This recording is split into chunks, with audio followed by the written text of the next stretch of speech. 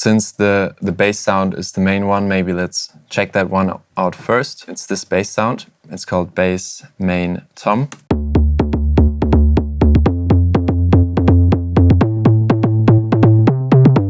Yeah, it's a lot of stuff here. Let's listen to it dry. Don't even know.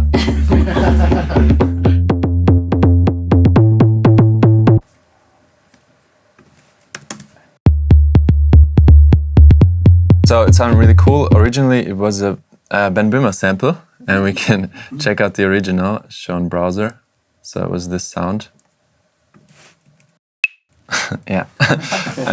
Pitched down a lot, and yeah, 36 semitones, and then a lot of processing, cutting some highs. Distortion. Lots of different kinds of distortion. This one is free. It's called IVGI2, and I can recommend it. They also make really nice other plugins, the company Klanghelm.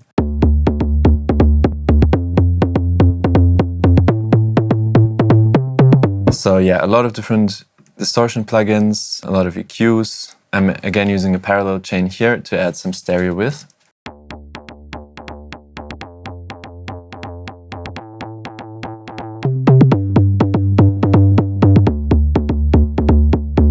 Yeah, Echo Boy is cool. I recommend just browsing through the presets. This one is from a vocal preset, and I tweaked it a little, I think. Yeah, and it adds a nice grittiness to the sound. I also have a clipper on here. This is actually the one I mentioned before. I just bought a clipper, finally. It can be really nice to get rid of some peaks in a way that's actually more transparent than limiting or compression, because you can really just clip the peak, and for a lot of sounds you can't hear the difference, and that's good because you save a lot of room for other elements. So in this case it's sometimes even cutting away like 9 dB.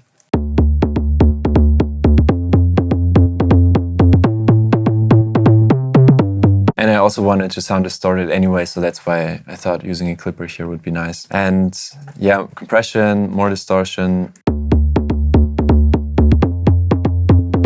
And sidechaining. This time I also used Kickstart for sidechaining. I actually really like how some of these curves sound, and you can't exactly get them with a compressor sometimes. For certain grooves, I really like using this plugin, and I trigger it using audio from Sidechain Ghost, which is kind of the Ghost kick drum. And that's also a little tip here, because once you have long chains, latency becomes an issue. Although Ableton does have latency compensation, it doesn't do it in between each plugin, but for the full track. So if I would use the synced version here,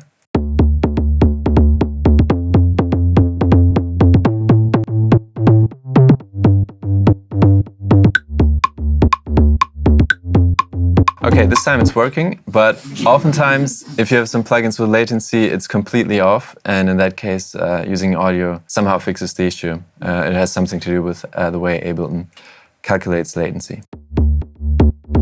Underneath it is a sub-bass layer.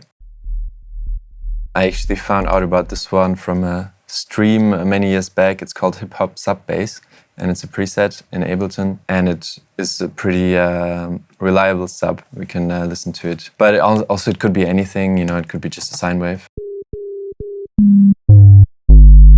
Yeah. And yeah, it's just using Ableton native devices here.